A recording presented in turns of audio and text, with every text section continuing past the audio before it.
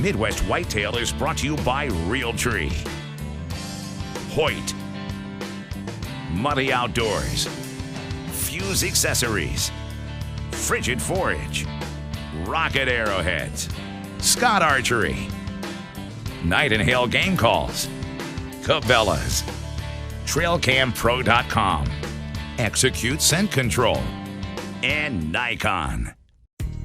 Thanks for joining us today on Midwest Whitetail. The Wisconsin season opened last weekend, and we've got 2 exciting hunts from Wisconsin for you on this episode. I also had the chance to take Jordan and Andrew out on our farm for some youth hunting this past week. That was a lot of fun, so let's jump right to the Wisconsin hunts.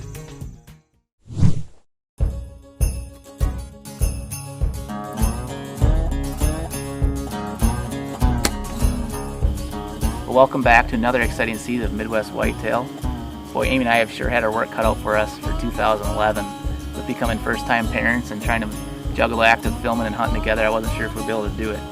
But we managed to put together a great hit list, and we found some great bucks here in 2011.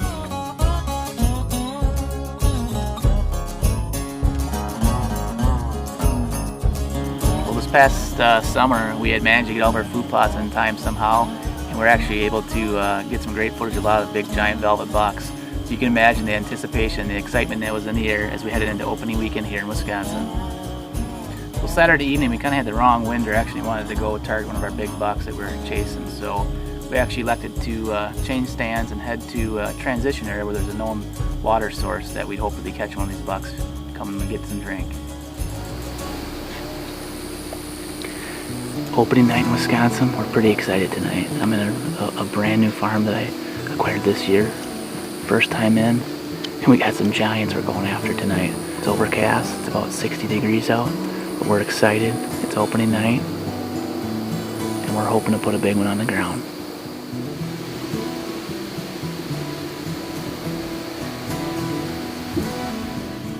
Well, right at last light, we had a big mature doe work her way into the tree stand. She presented me with such a perfect shot, I just couldn't pass it up.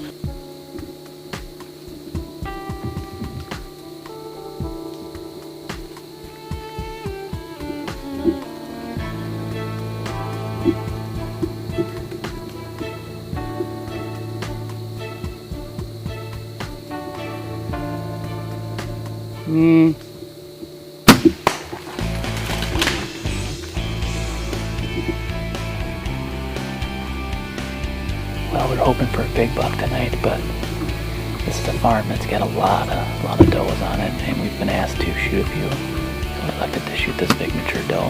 Sounds like she crashed right over there. I can see my arrow, so opening night success. Big giant doe, and looks like the rocket did its job. There was just a massive blood trail. We only went about 85 yards, and great way to start 2011 Midwest Whitetail. The second day of the season, we're actually greeted by a pretty good rainstorm in the morning. Well, that afternoon I pulled up the radar and it showed that there's a pretty big rainstorm coming in. So we had to really scramble and get a game plan together for the evening's hunt. We're headed to one of our favorite ground blinds overlooking a lush bean field that'll be targeting our buck that we call Snowflake.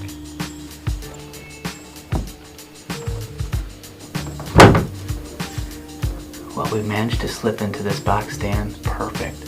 We have a beautiful southeast wind blowing our scent right across the other side of this food plot, anticipating these deer to come from the other side. Should be a nice night. Well, we had been monitoring this food plot with trail cameras for the last 3 or 4 months. We had some great bucks to go after. There's one buck in particular that had been showing up in this area for the last 3 years, and we were hoping that he was the one to be coming out to feed for this evening's hunt.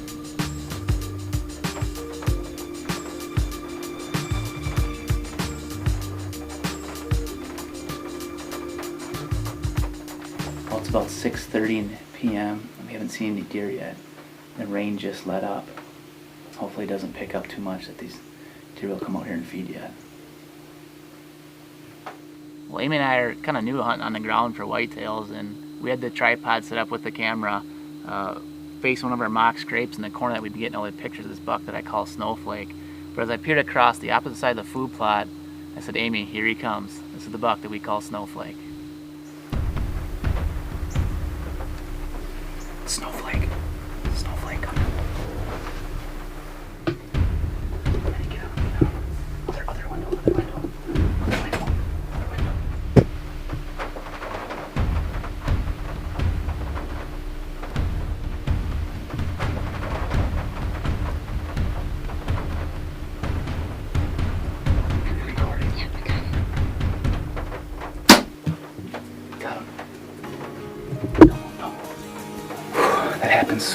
so we did not get much pre-roll. But the big buck that we call Snowflake just came in. He gave me a 32-yard shot. As he ran off, looks like I hit him a little bit far back, but I'm confident in that rocket. And it's raining right now. We're gonna give him some time. I watched him go over here. He looked like he was hurting, so I'm probably gonna back out and come look for this deer tomorrow. What an evening, what a hunt. Opening weekend.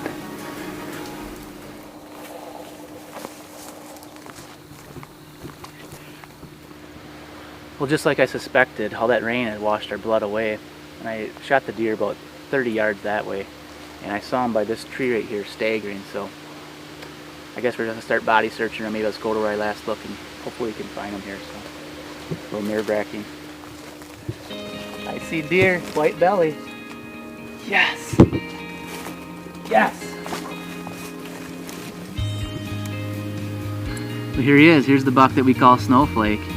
Boy, you gotta love it when a plan comes together on opening weekend. It doesn't happen that often for us. And this is a buck we've had quite a bit of history with. He's not the biggest buck on our hit list, but he's a mature buck that we've had on this farm for the last 4 years, and he just didn't make those big jumps that he wanted to, so we put him on the hit list this year. And we elected to go to a blind that I had made. And this buck has been in this food plot near every single night, and I knew it was the first time we came in and we'd get a crack at him, and it's exactly what happened. I couldn't be happier with this beautiful, mature 9-pointer. Even though that we had less than ideal weather conditions for opening weekend, we were very thankful that we were able to harvest a big mature doe on film, then take one of our old friends, Snowflake, off one of our favorite farms.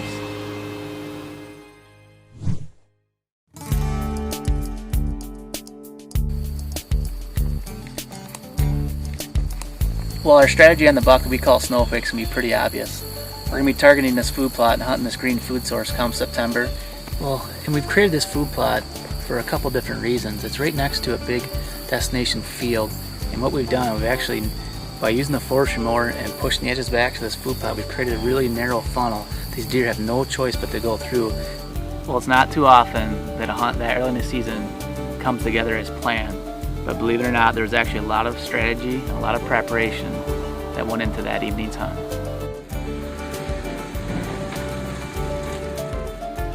So this is an area that I created a food plot that I actually designed, where we actually came in and used a forestry mower and we mechanically removed all the woody vegetation on site. So we actually had designed this food plot as a bow hunting food plot, where we had made it about 250 yards long and 30 to 40 yards wide. And that way, if a deer came out and we could probably call him to us or feed to us, we'd be able to get a shot across the food plot. So I put tree stands on both ends of the food plot, but I also put this big old box blind in the center of it, just in case we were going to be hunting in some adverse weather conditions. Once we got the food plots all fertilized and cleaned up with the forestry mower, we decided what we wanted to plant in there. And I decided to go with some frigid forward clovers in this area, and as well as I put in some soybeans by planting them later in the season, hoping that they'd still be green come opening weekend here in Wisconsin. Well, thanks for joining us here at Midwest Whitetail this week. Make sure you guys tune back in over the next few weeks. We're going to be hunting a little bit more here in Wisconsin. Next week we're heading to South Dakota in hopes of bagging a big mule deer, another whitetail buck out there.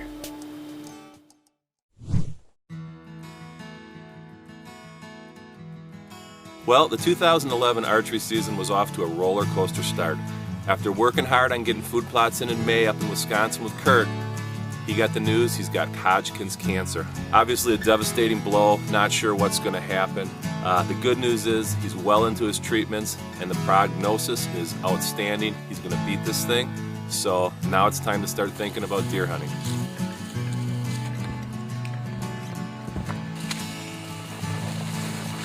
Well, opening weekend is looking good. I go up to pull cameras 1 week before the season, and lo and behold, the deer we called Zeus, or 2045, shows up again, and he's moving during the daylight on a little apple ridge back in the timber. So we can't wait to get in the woods and get after these deer. The weather conditions for the weekend were looking good. Nice, cool temperatures, so we were really excited. The one strange thing this weekend was southeast winds. Normally we don't have southeast winds up here, and that was going to kind of stop us from hunting the fringes like we usually hunt. Especially early season, Kurt does not like to get into the timber. He likes to keep the pressure off the farm.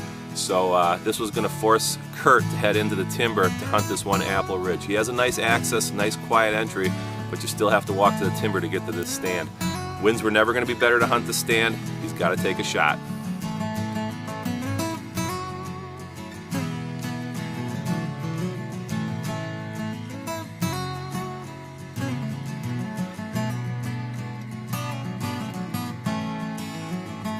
The first night in the stand, about 6 o'clock, lo and behold, who shows up? Zeus is there.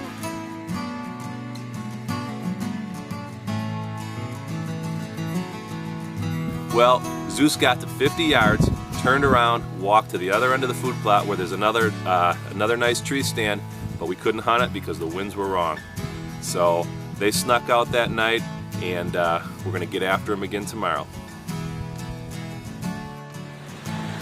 Well, we're back in the same stand we were opening night. Yesterday, we had a great encounter with a buck that I named 2045. We got a little drizzle in the same spot, same wind. All we need to do is get him 20 yards closer. Hang in there with us. Well, day 2, even earlier, Zeus, or 2045, shows up again. Headed the same way, doing the same thing.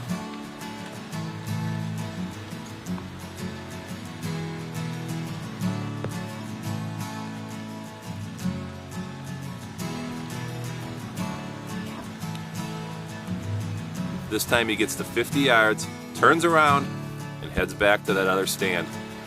He actually made 2 loops doing the same thing that night, so we know he's using this ridge, he's using it during the daylight. We need to get in that other stand. Well, at the end of day 2, when I pulled cameras a week ago, I actually put another camera on this little apple ridge in the timber. When we pulled the card out of that camera that evening, the buck we call Zeus, or 2045, had done not only the same thing the 2 nights they filmed him, he did the same exact thing the previous 3 nights. So now we've got a track record. 5 days in a row, this deer has done exactly the same thing. Come out, 8 apples, and headed up to that other stand on the far end of the food plot. We just need those winds to change, and it looks like the forecast is in our favor. I'm planning to film Kurt that evening, and the guys from Iowa that were filming are headed back, getting ready to head out, and this is when the roller coaster hits again. Kurt walks in the cabin and lets us know that his 1-year-old dog just was hit by a car. And that was the end of our hunt. You talk about a roller coaster and what happens and how you handle it. And it was a tough thing. This was a litter mate of my dog, and we were done. The hunt was over. You know, I guess God has a plan for all of this, and obviously the plan was not to shoot that deer that night. And time will heal these wounds, and we'll get after that deer again. But it was an emotional roller coaster weekend, that's for sure. But I'm going to be in the tree when we get after that deer again, and Kurt shoots old Zeus, or 2045. We still think he's going to be in those apples, and we're going to try and get up there in the next couple of weekends. So I can't wait to get after that deer with Kurt again.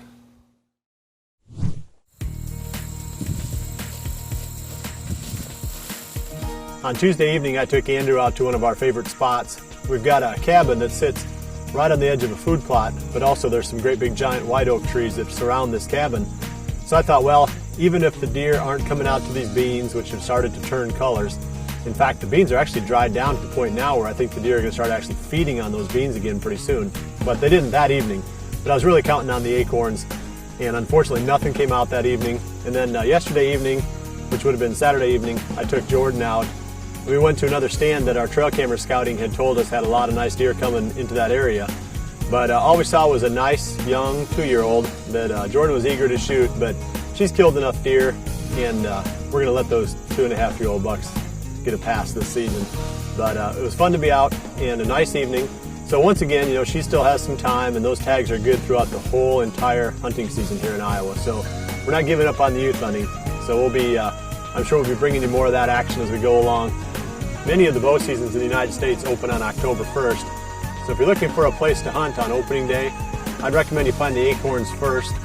Second priority would be anything green. And it seems like the deer are really starting to move back into the brassica plots, like the frigid forage, big and beastie, and the clover plots are doing well too. Anything green seems like it's really pulling them right now. So those are the priorities I'd be looking for. Acorns first, something green second, and then your agricultural crops down the list. You'll be looking at your soybeans if they're dried down, or the deer are starting to move toward corn as well. Thanks for joining us this week. I know we've got more successful hunts to bring you again next week, so we'll see you back here again next Monday morning for the next episode of Midwest Whitetail.